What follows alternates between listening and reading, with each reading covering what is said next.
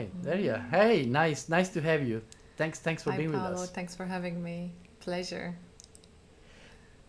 So I'm gonna start as I usually do, just reading a couple of lines of your resume, so that we are sure that we got everything right. So it's your opportunity to tell me where I'm wrong, and I sometimes am. So just pay attention to this. So, Dr. Derya Baran, you are associate professor at KAUST, the Solar Center in Saudi Arabia. You started your academic career at the Middle East Technical University. You're from Turkey originally, are you? And then you moved to Germany for your PhD at Erlangen Nuremberg. And then you came to the UK, at Imperial College London, for your postdoc work before moving to Saudi Hmm. Arabia to your current position. Is Hmm. that more or less That's correct? perfect capture. That's right. Good. So, That's me. perfect segue now.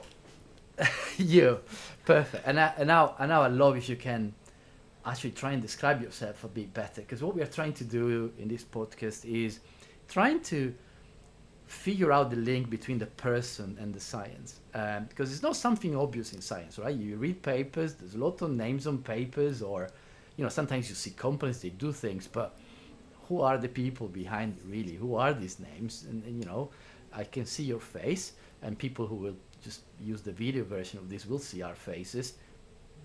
Better yours than mine, to be honest. But uh, knowing who you are makes everything much more interesting. And you have an interesting background. Native of Turkey, you studied in Germany, in the Get to UK. that. Now you work in Saudi Arabia, which is unusual. So uh, let's start from the very beginning, Hmm. though. How did you even get interested in science? And when was that? You mean when I was a little girl? No, I don't have a story like that. In fact, I always thought that's sort of a pre-prepared question. Because how can you know as a kid that you are into science or not? I think as a kid everything is fun and exploring mostly. And that's probably I did. And looking back, honestly, being a scientist was not really even in my thoughts. Perhaps I didn't know I could be a scientist in Turkey, from where I was born and grown up. That was not even in my language daily. But what was in my language, I guess, was literally curiosity and looking for things and answers, which probably led me to science now, looking back. I always think, and that's the classic thing. I was always the kid like asking, why? But why, mommy? Why? And, annoyed my parents all the time. And beyond that, I was also a kid like trying to make things possible and very very funny. When I ask something or permission or anything to my parents, and when my mom says no, I was always like, but why no? Like that is possible, why you? And I think I was already independent researcher by that time, uh, and that's why I'm like, did I decide to be a scientist? No, but was I a researcher? I think yes, I was a researcher from very early on. And let me get back and thank you and also everyone behind us for inviting me and making this very personalized podcast. I really, really appreciate that it comes with a personality. And you're completely right. When we do science and research, our science speaks, but usually personalities don't. And it really matters to me. Um, and you also said like how you are, your personality comes into play. And I always describe myself, I am authentic and caring myself. So that's how I am and how I want to be as who I am. And that sort of is reflected in my research today as well. That's how I feel. I have no doubts, and our pleasure, my pleasure for sure. I mean, it's really interesting to have these sorts of conversations, and you'd be surprised. Well, you're not because you understand this, but usually the personality really comes across in science, and in the work in general. Uh, but obviously, you need to be given the opportunity to know That's the right. person, and that's what we are trying to do. Okay, so you since being a little girl, you were challenging the status quo, like what a good researcher should always do, right? Questioning things, and your parents first. Well done. So you didn't have a history of science in the family or anything like that. I'm assuming you just happened to be good at school Yes, at it. so Right? again, not to draw a dramatic scenario on all that, but speaking of facts, maybe I'm the first Yeah. one from my greater family, because in Turkey family doesn't mean just brother, mom, and so on. It's like bigger family. Sure. I'm Okay, from Italy. yeah, It's the same it's like thing. my Yes. second Yeah. cousin, my mom's cousin's daughter is my cousin as well, etc. Yeah. I'm sort of the first person literally get out of Turkey, so going abroad in that sense. And I have my mom's cousin and now living in San Diego. And it's very pity that I got to know her pretty late, like in my university times, but I even didn't have someone in that sense in front of me to be like, oh yeah, or they migrated. For instance, historically, Turkish people moved to Germany or Europe Yeah. a lot. And this was also a question in my daily life during my PhD in Germany. Everybody asked me, are you like Turkish or German Turkish, or you're born in Turkey and come back here, or you're so that's why yeah, I was in Turkey most of my childhood until, in fact, third year of my undergrad studies, and I did an internship first time to Austria, which is actually an interesting story, and I'm happy to come back. But all that time, I was really a social kid, and besides, I know, successful. I always philosophize a lot behind this. What is success? What's that mean?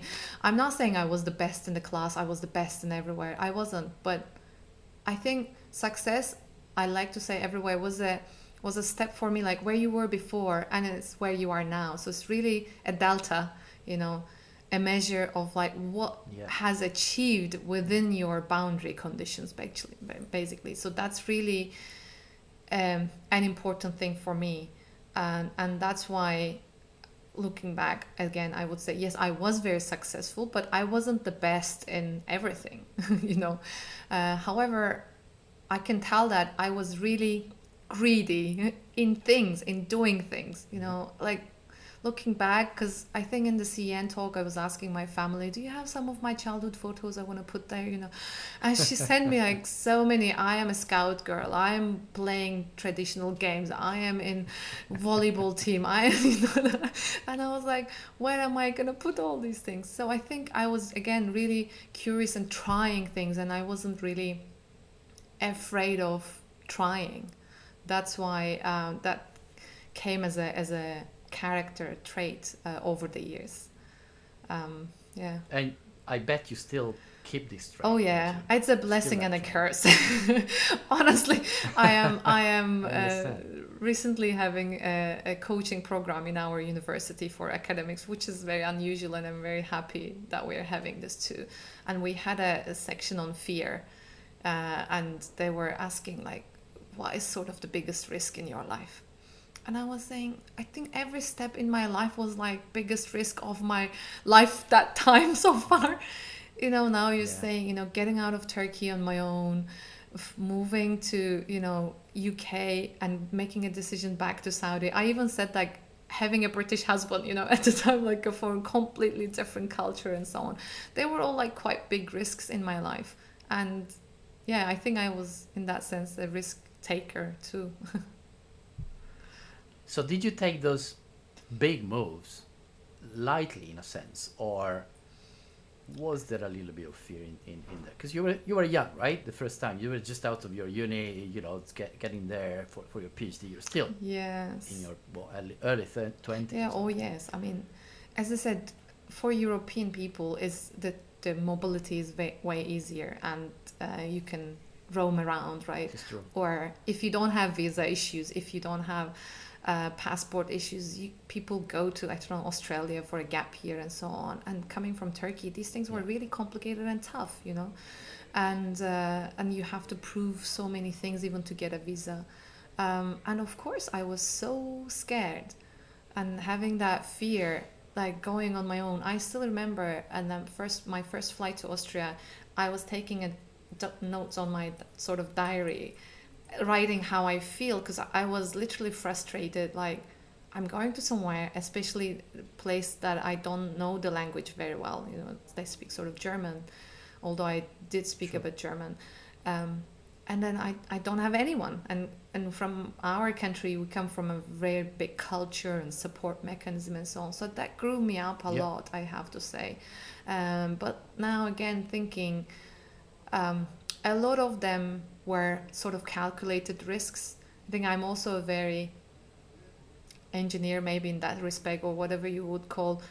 I thought a lot and a lot about what could happen, what might happen, how I would do it, what would I do in that sense, and so on. So I did take those risks, but I sort of knew what I was going in that sense, you know.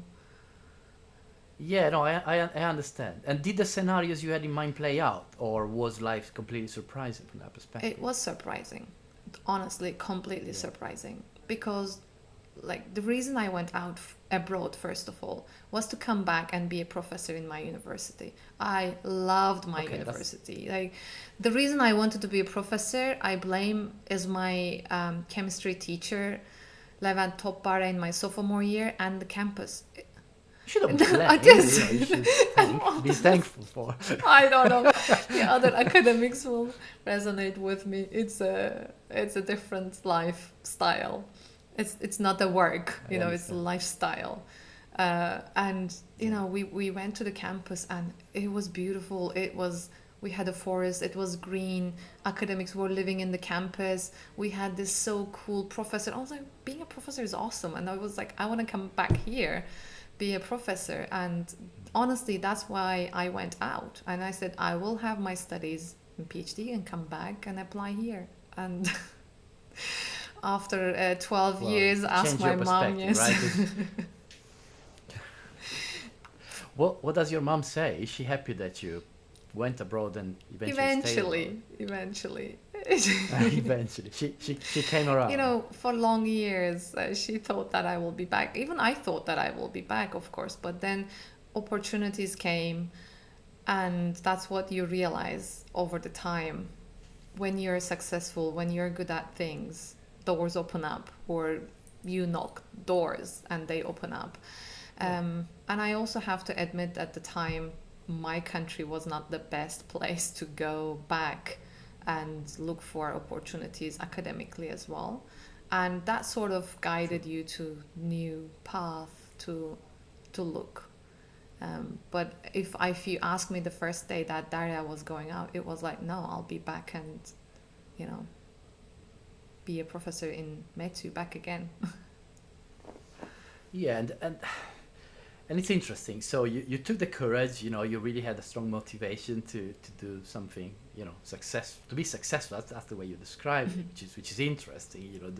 Pushing the boundaries, right? It's going beyond what you see in your just surroundings. Resonates with me very very well. I'm an expert myself. You go out with a plan and an idea, and it plays out in a completely different way because life is surprising, and you see a new perspective, right? You encounter things that you couldn't imagine before, right? And that's normal. And then you take your chance and you move on to the next thing. And so there's a lot of courageous moves here. So you did this experience in Austria, then you moved to Germany for your PhD. By then, probably your German was kind of getting there, I suppose. Not quite, was it? How was it? How was it living there? Because I've lived in Germany myself without speaking German properly, and Oh, it tough. was tough. It I have was to really say, tough. it And you would realize PhD is not the best time to learn a new language, especially German, no. uh, which is not easy and fun, you know. So it was really challenging, and honestly, my German is limited. I really feel bad, but you know, I just had to work mostly, and then there you need English to speak. Um, and after a while, our institute was getting very international, anyways, and yeah, it was not really possible. Yeah, I'm sure this doesn't make you feel any better than you do. But I have the same problem. I spent 2 years in Germany, and yeah, my Yeah, German is it would be similar anywhere. I had friends in Netherlands or Europe, different countries. They had similar challenges. And again, I was very fortunate because I knew in some institutes everything was actually in German. And I don't know, good or bad, maybe that push you to learn a new language too. But Of course. in my case, adapting to social life was very challenging for me there over the years. In fact, I traveled almost every month to Turkey in my first year of studies. To have some human connections. Yes, and Yeah. spend all my PhD What budget, is I this? guess. What does this teach you? Do you think you develop a sort of endurance, via strength? Incredibly, because now moving to Austria, Germany, and UK obviously was sort of the easiest, no language barrier, sort of. And Yeah. um, as I said, I had my husband there, and we were going to move to Saudi, okay? And then he was frustrated. He was like, "How I'm gonna do?" And I was like, "Oh, come on, it's just another country, It's now we're just moving." So in that sense, yes, I had the endurance, and also thinking that it's sort of easy now, or adaptability, increased adaptability, and then in fact, it took very long time for him to adapt. But now also, I think it's really by trying and doing it, you get better. It really helped. Precious skills to have, right? Not only in life in general, but also in science, because very often things can be frustrating. You need to persevere and keep going, right? Definitely, and you're so right, Paolo. Is really that learned or that taught me how to endure in science in that respect. Because you're right, when I was a PhD, when things don't work, your life is like up and down, up and down, up and down. Good days, bad days, good Yeah. days, bad days, and then it's really not sustainable. And then when you get to your postdoc studies, you sort of know things will work eventually if you work out or one way or another, and then you start to think of ideas, of course, and and you when you follow literature, you see that other people are also thinking of same ideas, and they publish or they present it, and that also makes you really like, oh my god, that was my idea, and so on. And over time you also realize, well, it's a good thing that you think similarly to those cutting edge people, etc. So yeah, you gain a different perspective over time that you can apply it to your science, I feel, when you're mobile. Some of the best scientists are like that, the way you describe it and the way you describe yourself, and also this endurance and this sort of confidence you develop lets you choose paths that are not necessarily playing safe, right? Taking risks in the right way in science really pays off if you can do it, Yeah. right? You need to be lucky, you need to be good Yeah. enough, but without this sort of endurance and strength, you just don't get it. You just don't do it. I completely agree, and that's why I think I came to Saudi Arabia to take that risk, Yes, and also, high risk, high gain sort of environments. and I love to Yeah. go there because that's a perfect segue. And it is an unusual way, an unusual choice. You're the first one in our podcast, from working in Saudi Arabia. Feels like a very original move, right? A very courageous one, and particularly for a woman, I would say, if you allow me to say Hmm. that. At the time. How did this happen? How did you find it? Um, so it's sort of like before my move and after my move. I can describe it in two ways. So I'm in Sure. a university. So I'm at KAUST in Saudi Arabia, and it's an international university, and it's a graduate level university, to give some background. So most of the uh, environment here is on graduate studies and afterwards, based on science and technology. Okay, so that's first of all appealing in that sense, and the Sure. infrastructure here is like one of the world class. That's another appealing aspect of it.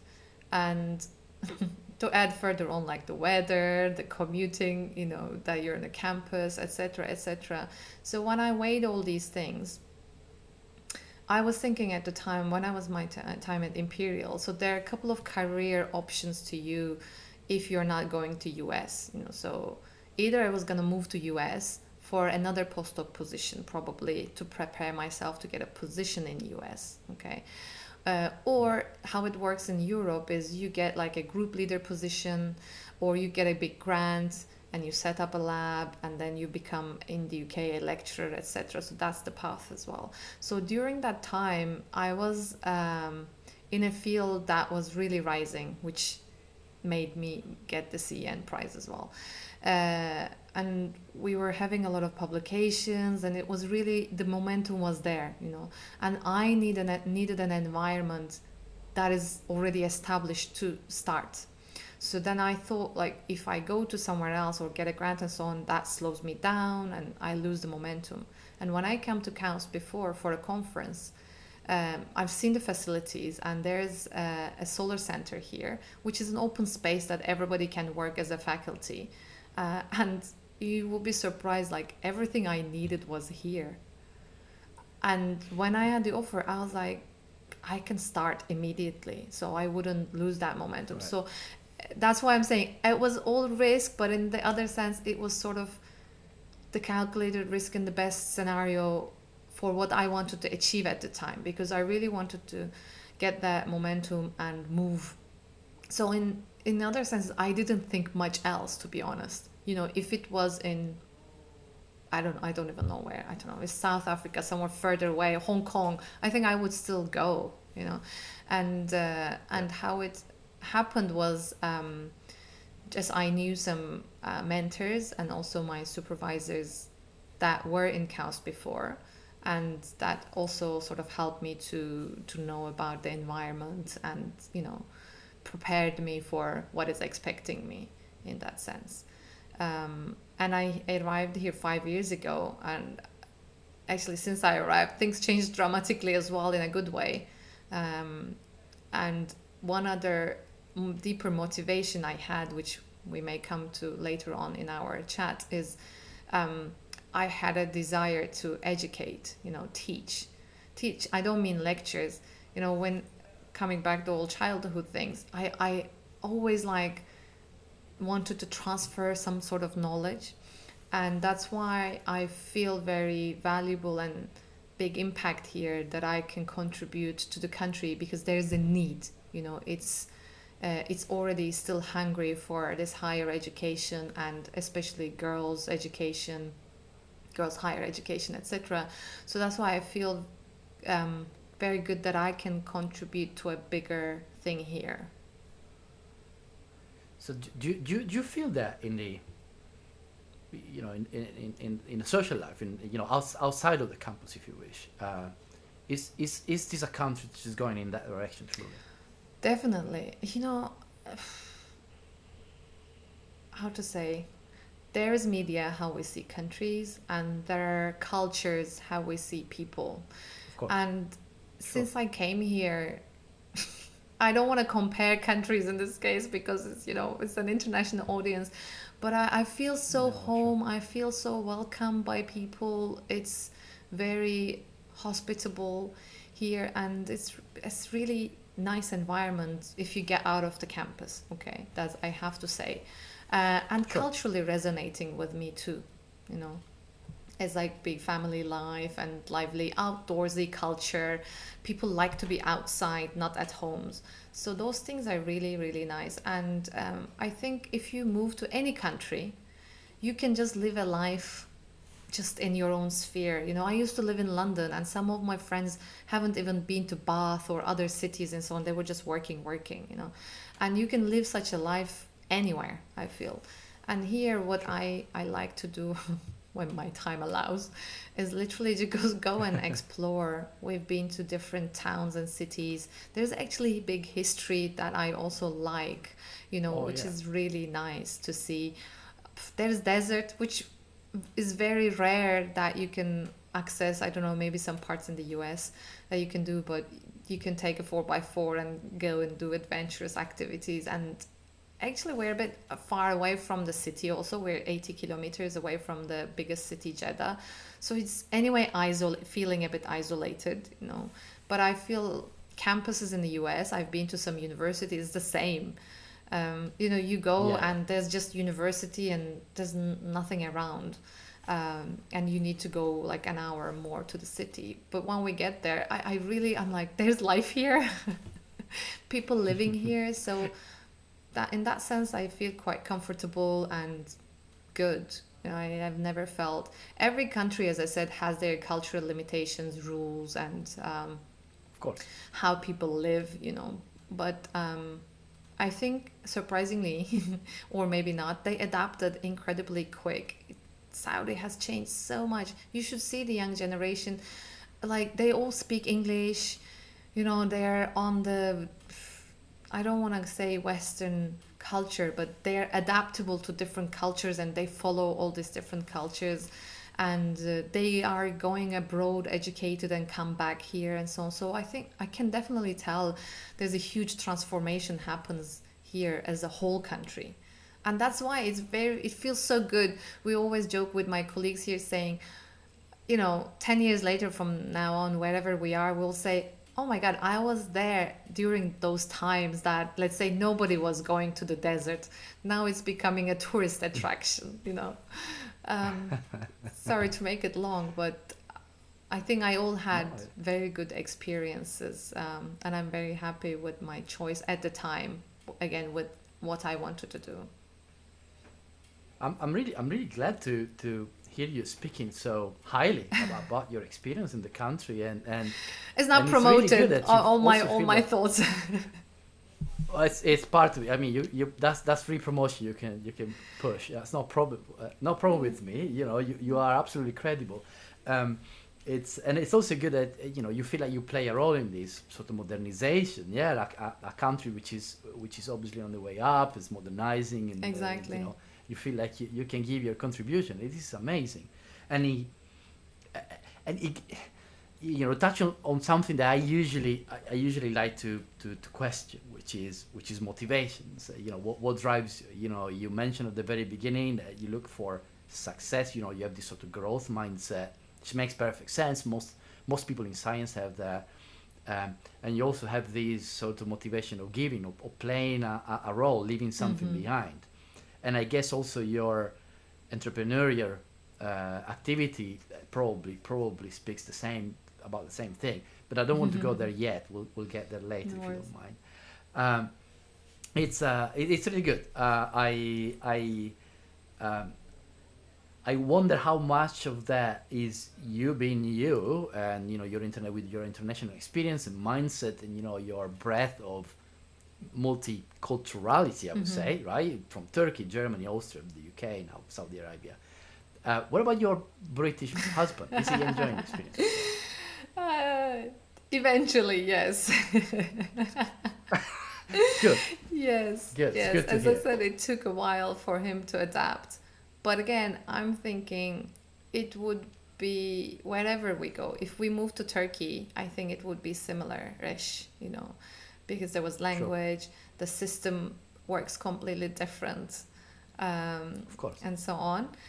But I think again, what he learned in that time together with me was being agile and adapt and take the most out of it. And now he's also an entrepreneur in Saudi. We're in fact one of the first startups that are completely non-Saudi, you know, established in Saudi. In Saudi, it's amazing. Do you think this is gonna keep you in Saudi indefinitely? No, no. That's not my way of thinking, I guess. No, I still have a lot to do. Yeah, you can't pin you down. You know, we can't pin you down anywhere, right? So Not you're yet, always on not your yet. next move. Yeah, no, yeah, that's I good. but I'm looking for such a place. Yes, you know. Well, maybe it doesn't exist. Maybe your places keep That's true. experimenting with Maybe places. you're right. I guess we are getting to the time where we need to speak about your science. A little bit of that. Yeah, let's put a bit of science into a scientific podcast. But the personality aspect of our chats tend to be dominant in many cases, particularly when you have effervescent personalities like your own, Thank you. right? But I now want to see how this personality relates to your work and what you do with it. And feels like you're in the solar center in Saudi Arabia, where it's basically I don't know how many rainy days you have in a year, probably just one or two, I guess. So it feels like the perfect place to work on solar technology. And as you mentioned, you are in such a trendy space at the minute, with all the attention given to alternative energy sources and all the rest. It's a healthy place to be. It's a very interesting space, right? Exactly. And your work is also very, very, very interesting. So I guess we need to get to the point where you describe what you do and what you have done, which, if I can summarize it in a way, is a sort of developing organic materials for the generation of electricity from light, Yeah. right? But I'd love you to describe it, because I'm sure you'll be better than me. No, actually, you did it really good in a nutshell in that respect. So I work in the area of energy conversion, harvesting conversion, and we do it with using we call smart materials and functional materials, because they need to be smart enough to get that light and convert into electricity. So I'm not involved in designing molecules anymore now, since I have my own group. I work with more directly synthetic chemists, colleagues and friends, because I know that's a completely different area expertise, and really Yeah. tearful days and nights in the lab and to get like milligrams of materials. I really appreciate that. But basically, we do energy harvesting conversion devices from those, as I said, functional and smart materials. That's the whole, short description on that. My research, I would say. Yeah, so you focus more on the applied science of the materials, and the design of it is something that happens early in the value chain. Right. I guess you were working on that during your PhD and postdoc. Yeah. And So then, actually, even my now undergrad. you're looking further. Yeah, even down. my undergrad, I used to work with electroactive polymers. So they are used in different areas now: sensors, artificial muscles, electrochromic. Yeah. Devices, and photovoltaics was one of them. That's how I was geared my efforts there. And then I've been to really, in my PhD, I was actually involved in really scaling up and technology development side of things, because I was thinking, what do we do with these materials, and that's how I moved to such a group. And then the more I learned on that, then I was like realizing, yeah, but we need some new materials to make those possible. How that works. So I went back to a chemistry group at Imperial College and worked with those guys together on the novel and new materials that can change the future of organic photovoltaics, where we didn't know that they could change at the time, I would say. And then working with them now, since I established my group, I again geared the efforts towards more making the devices, understand them as well, which is like device physics side of it, how they perform, why, what are the transport mechanisms behind all those devices. And then that sort of loop feedbacks to the material design, and we need to talk to, again, those chemists and say, like, this worked like this and that, and how can we improve the property of that? And then they design new materials together, and we actually assess for their performance merits. And now look, because I'm in a unique region as well, not only from organic photovoltaics that I'm working, but also from silicon photovoltaics. This is a hot and humid region, and this is a challenge for any semiconductor in the photovoltaics that Yep. doesn't work well in hot and humid regions.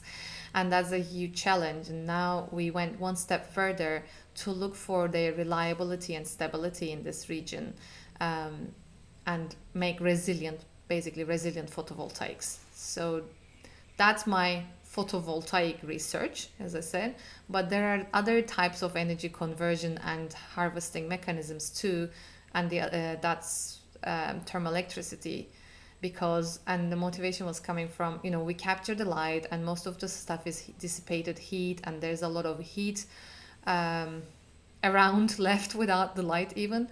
Yeah. And then and I was Maybe not in London, but in Saudi Arabia, sure. and then I was fascinated. Well, when I learned about thermoelectrics, and I was like, yeah, that's really cool.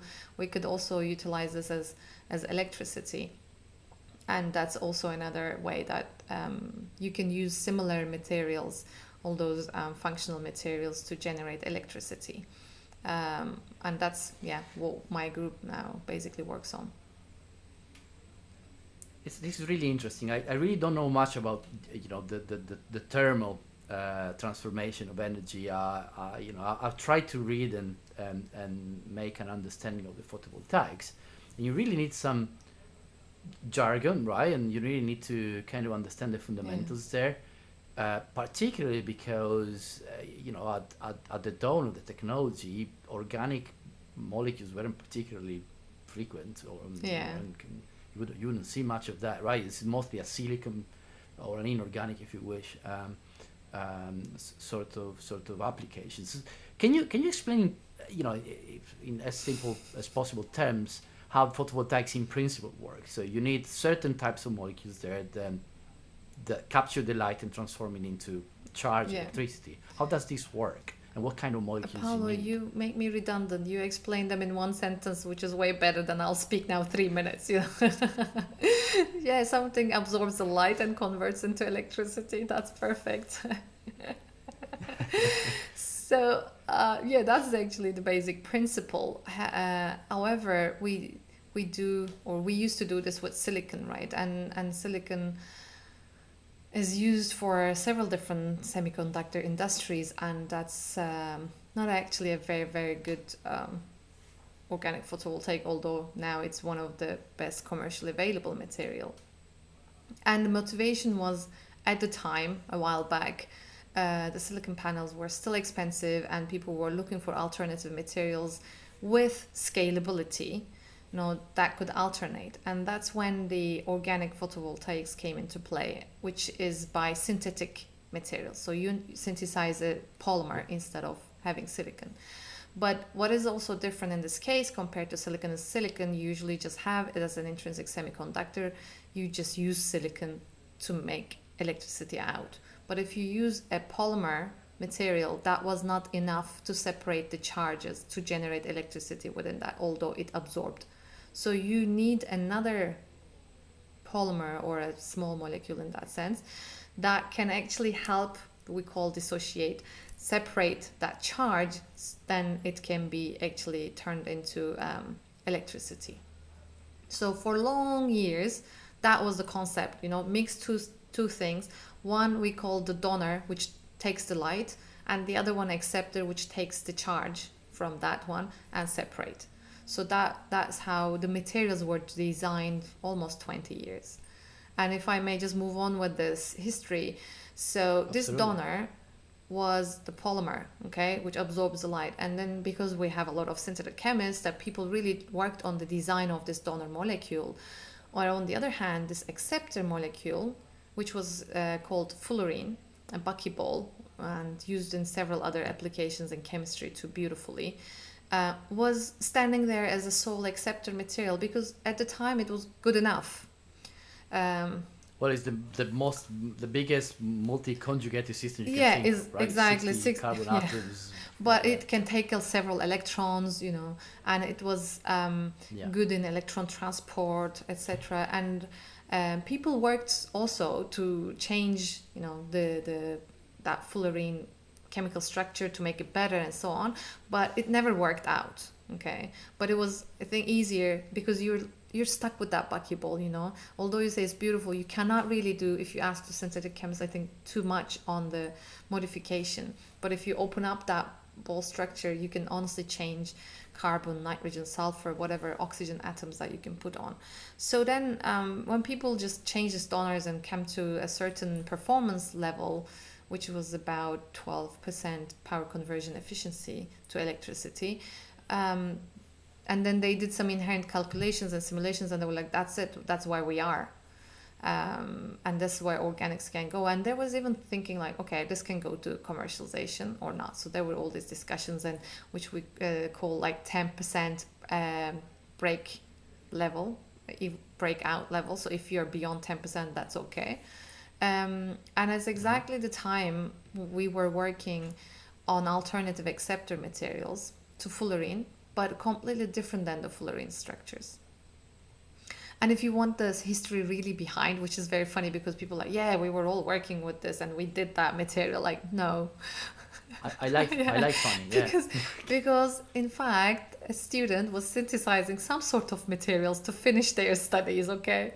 And then they handed over to a materials scientist, which was like me and one of my colleagues at the time. And they were like, can you just try them in a solar cell? And I always heard these stories in history and I thought never true, but honestly, this is how it happened. And then we went and used this material with fullerene, okay? Because when you looked at the structure, we thought, oh, that's the donor.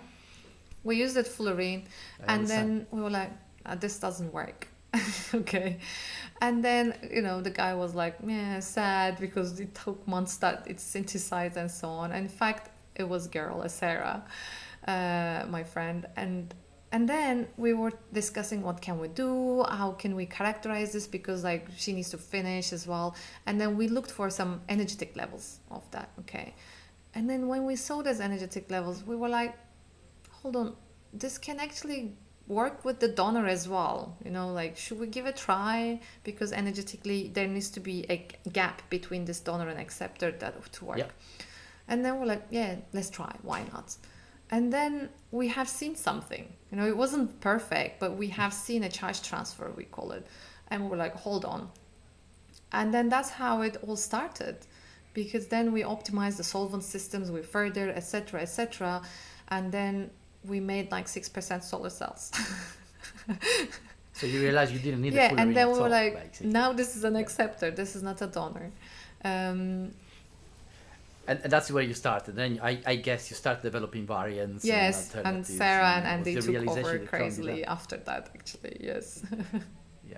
Oh yeah, you give organic chemists, you know, freedom and they go in all directions. Yeah. That's And very today, looking now, the organic photovoltaics are 20% in the last 4 or 5 years. Okay, so it's ramping up very rapidly. It's overcome the performance of the silicon-based materials, and it's still early days for the science, right? Because silicon materials have been around for what, like 40 Yeah, years more or than something? that. 30 years? Since Yeah, more since than when that, first yeah. discovered. So the advantage is obvious, even from the purely thermodynamic perspective. Do they offer any other type of advantages or flexibility? in their Yeah, use? definitely. That was the whole idea, because these materials can be processed from solution. First of all, it's very less energy intense. You know, it's via printing and coating techniques. You know, making a silicon panel is really energy intense. We use it for energy, but to make that is also a lot of energy. So these materials can be processed from solutions, so can be printed, coated large areas, and because of that, because they're synthetically possible, you can tune their properties, basically color, you know, whatever you want. And in the beginning, we're thinking, yeah, what would you want from a color, right? You want some colored glass that generate electricity, fine. Even that was interesting because it would also block the heat to some extent.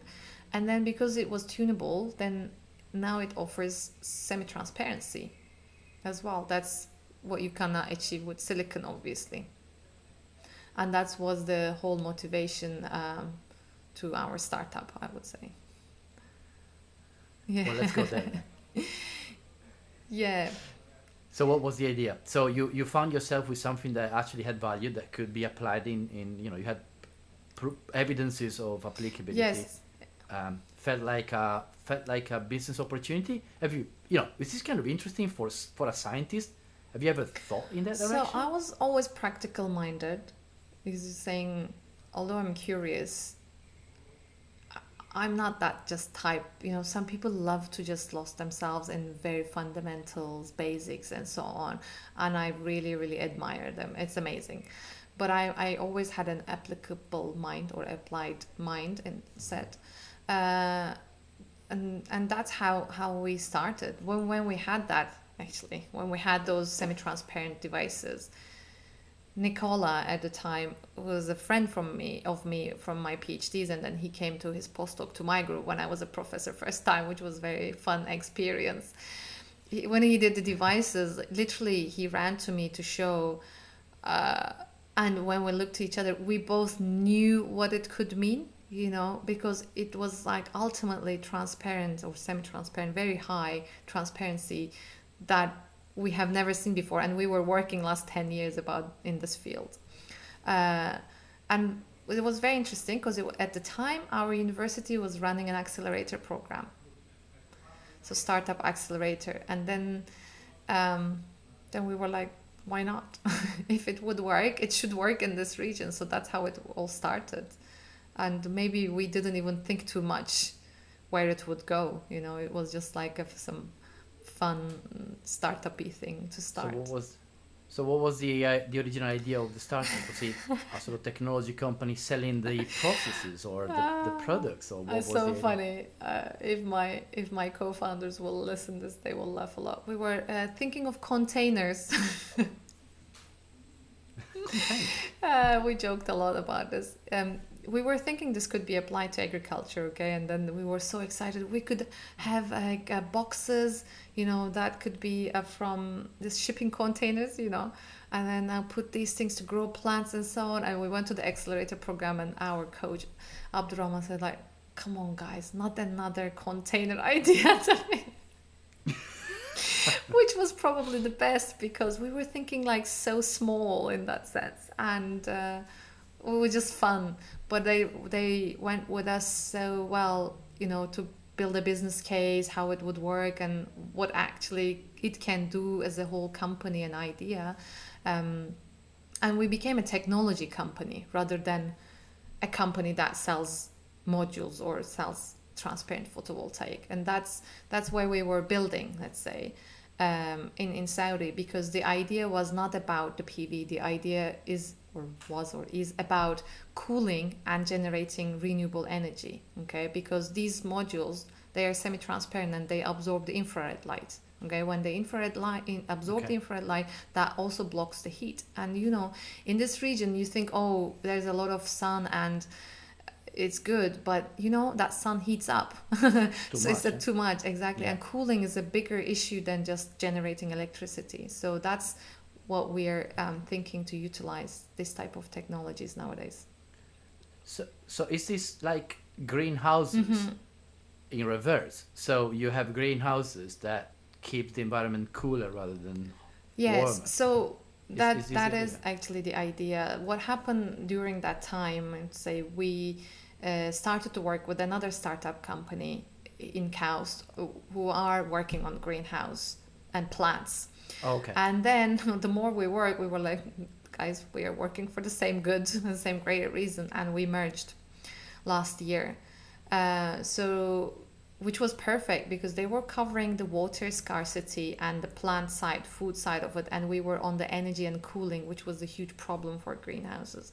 When we sort of merged our powers, I have to say, now we have this motto of saying, feed the world sustainably. And there are several problems associated with this because in Saudi, agriculture has been done really, really badly over the years, and there's no fresh water to do agriculture anymore. Okay, so it's all brackish water. So that's why we developed some cooling technologies that can use this brackish water, first of all, and also utilize these photovoltaics to contribute to the cooling system, okay, as energy, renewable energy sources, let's say. Sure. And then that's what we actually made our first greenhouse here, which is producing called saltwater tomatoes in Saudi, and combining all the sustainable technologies to grow locally grown food, which is a huge problem in this region and in MENA and GCC. I don't know, it's a fact, like 80% of the food here is exported. It's dramatic. Now, and this part of the region, local food is so scarce. And with the whole pandemic and last year's what happened, the food security, people realize that it's is one of the first people need to be fed. So in that sense, again, I think I feel very good that we're contributing. We have an impact story in there, you know, and we're contributing to the kingdom, to the region, and also globally to other places that have similar problems. In the US, you know, there is also a lot of regions you would be surprised agriculture has been done really, really badly. Well, this is a warming planet, Yeah. right? So there'll be the areas that will have similar problems in Saudi Arabia will just increase probably for the following few decades, I'm Yeah. assuming. So are these greenhouses self-sustainable in many ways? So you generate all the current you need, or most of Yeah, it? that's the plan, or that's where we're going, you know. So it's just sort of design now and how you integrate all those solutions. And that's what we are doing. And we have our targets by 2027, if I'm not mistaken, that we're going to be all sustainable grown food. I always say organic This is is out. an amazing. Organic is out, sustainable is in. Okay, makes sense. Sustainable is the right keyword Yeah. in this. It's a bit abused, if I'm honest, very often, but not in this case. Yes, That's I really what agree. you want. It has to come to our food also. It's not really the case. So, is there a lot of technology development still going on? So, or are the sort of from the chemistry perspective, are the material just already good enough? Or is just a sort of engineering and applied science problem? Yeah, the materials are developed every day. If you look at literature and Okay. especially Asia taking over, this is with the incredible human power. Every day there are new materials available. So now I think our purpose is not on the materials, but again on the application. Okay. We are looking for what are the best materials now available that can survive in this climate, you know, and then Sure. also generate electricity. So it's a bit beyond Yeah, that's that. a good point because a lot of these molecules tend to be fairly complicated, multi-conjugated molecules. You know, I was actually wondering about their sort of long-term Yeah. stability in pretty harsh conditions. Yes, that's what we're looking. All our roofs now, my house roof, the lots of organic photovoltaics degrading every day. So you're my experimenting students' at home. with it. roofs, in fact, are our labs. That makes perfect Yeah. sense. So the name of the company is, if I pronounce it correctly, it's Iris, but it's spelled in a funny way. So it's IYRIS. Yes. I'm just curious. I'm a marketing person. I'm just curious. Did you find it good? Oh, different. Yeah, of course, because I'm asking, so I'm curious. So that was good. But I was wondering. Where is the I was motivation? wondering about the Yeah. origin. What does it mean? So first of all, we started as Iris, and then we merged now as Red Sea Farms, which we are working on rebranding and the names, etc. But Iris still remains as a Saudi entity. And the motivation came from our eyes that you can see through. It was Iris, your Iris, obviously. Sure. But our geeky side put that lambda. You know, if you reverse that Y. Oh, there you go. It's not a Y. In fact, Yes. it's a lambda because it's Exactly. mirrored. Oh, now I get it. I'm a scientist myself, at least originally, so I should have got that. I missed it. That's a good one. Maybe a touch too geeky, but it's good. Yeah. So It's an interesting we name. reversed it. How? So you obviously, in a way, after speaking to you for an hour, I had a question, right? So it's very often scientists starting entrepreneurial initiatives. You know, they struggle with things they don't like because they are focused on the science. They really love, they really love the technology aspect of it, and taking care of the accounts or doing sales is usually not their forte. to be honest, after speaking to you for about an hour, I don't doubt that you could be diverse and flexible and pragmatic, as you said. So was it an easy thing to just put on your entrepreneur hat or back to the academic? Yeah, that's the challenge, probably, is being a professor and an entrepreneur at the same time. How do you deal with things that are not part of your background? Well, that's a very good question. I am still learning uh, every day, I have to say. Um, I'm not the best professor. I'm not the most experienced professor. Just being a professor 5 years of my life, I would say, and also entrepreneur.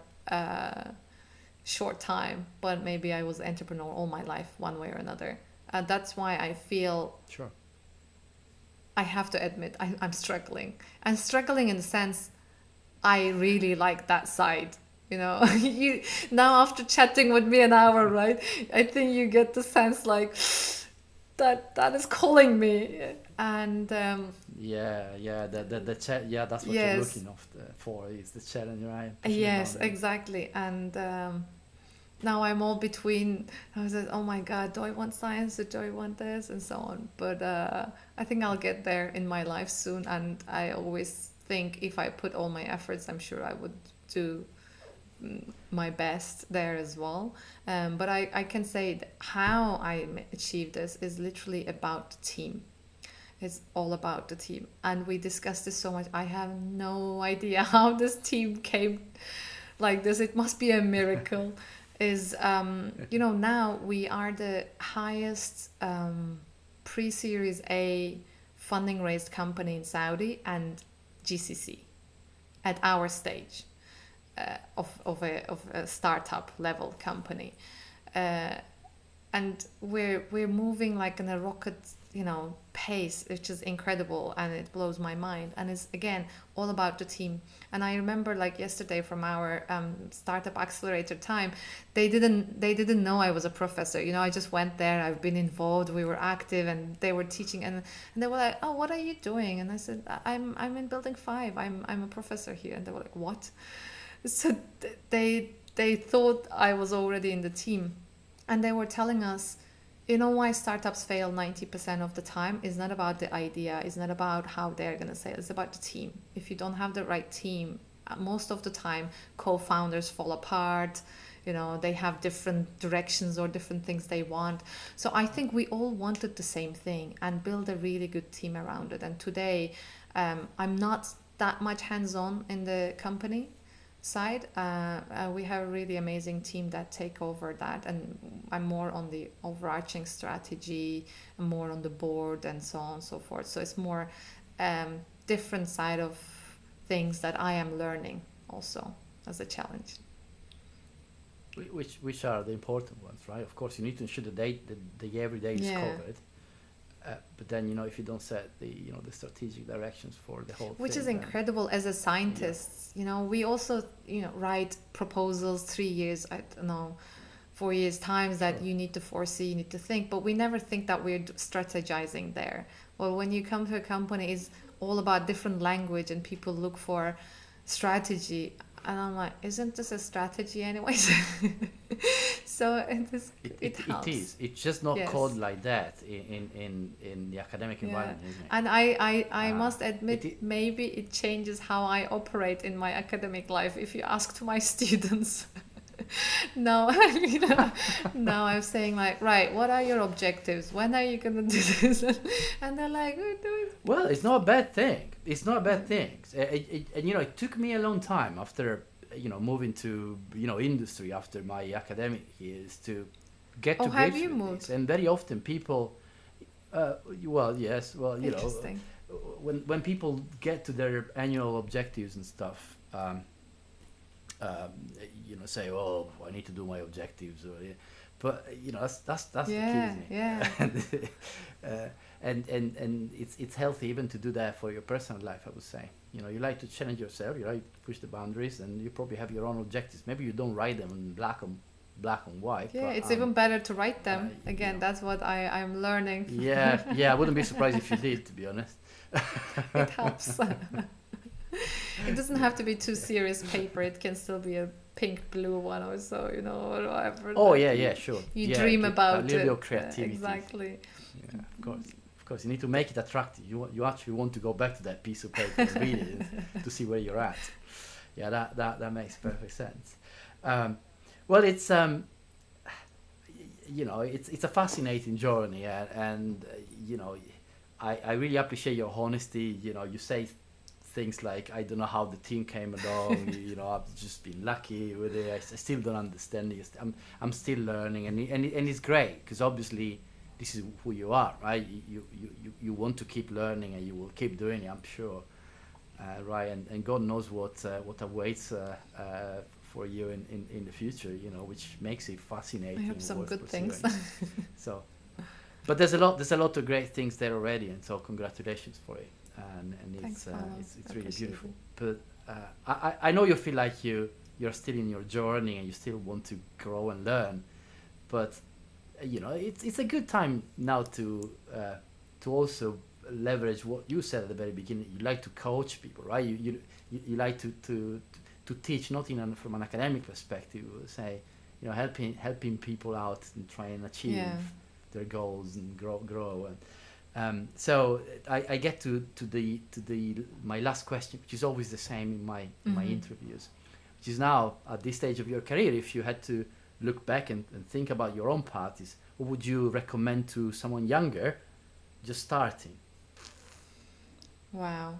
Am I that old now? As I just gonna say.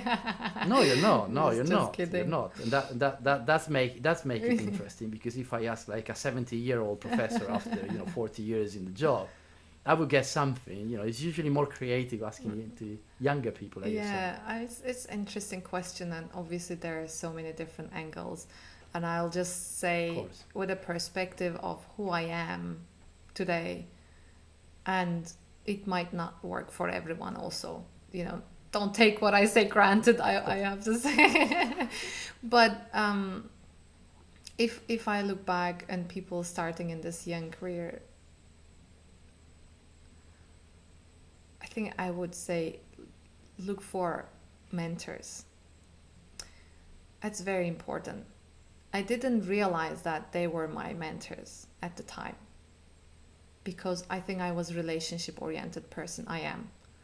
And I know today, But I always had a mentor or mentors around me who I listened, I filtered what they say, I did what they say, or sometimes I didn't.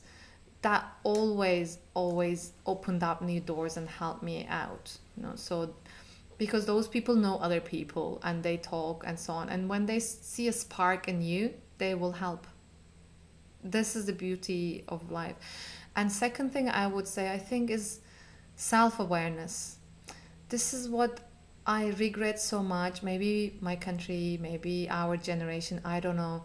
I realized who I am too late, I feel, like what kind of person I am, what kind of personality I have. Am I an introvert? Am I an extrovert?